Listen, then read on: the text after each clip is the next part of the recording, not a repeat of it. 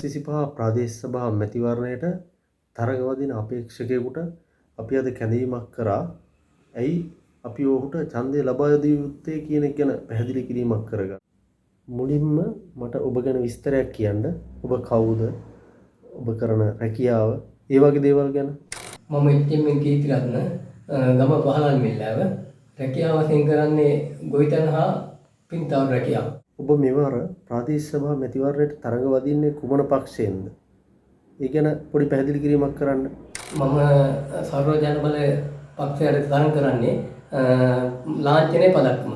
ඔබගේ ඡන්දදායකයන්ට දැන ගැනීම සඳහා ඔබ තරඟ වදින ප්‍රදේශය ඒ පිළිබඳව පොඩි දැනුවත් කිරීමක් කරන්න. මම තලා ප්‍රාදේශ සභාවකට තරඟ කරන්නේ ඉහළම මිල කොට්ටාසෙන්. ඉහළම මිල කොට්ටාසෙට තුලාම් 5ක් තියෙනවා. අධිරාණිගම තුලාන, ඉහළම මිල තුලාන, රජ්‍යලේකම තුලාන, කටියාව යාය දෙක තුලාන, මැඩියාව තුලාන. ඇයි ඔබ දේශපාලනයට එන්න හිතුවේ? මම දේශපාලනයට එන්න හේතුව ගමට හා ප්‍රදේශයේ ජනතාවට උදව් කිරීමට. ඒ සඳහා ඔබගේ යම් වැඩපිළිවෙලක් ඇතිනේ. ඒ ගැන පොඩි පැහැදිලි කිරීමක් අපිට කරන්න පුළුවන්. මම දේශපාලන වංචාවෙන් දූෂණයෙන් තොරව ජනතාවට උපරිම සාධාරණ සේවයක් ඉටු කිරීමට තමයි බලාපොරොත්තු වෙන්නේ.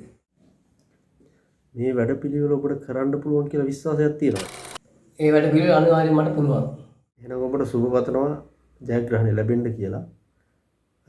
ජයග්‍රහණයෙන් පස්සේ මම ඔබට ආරාධනා කළොත් ඔබ කරනවා කියපු වැඩපිළිවෙල ක්‍රියාත්මක කරනවාද කියලා දැනගන්න ඔබ පැමිණෙනවාද? ඒ ගැන මාත් සමග කතා කරන්න.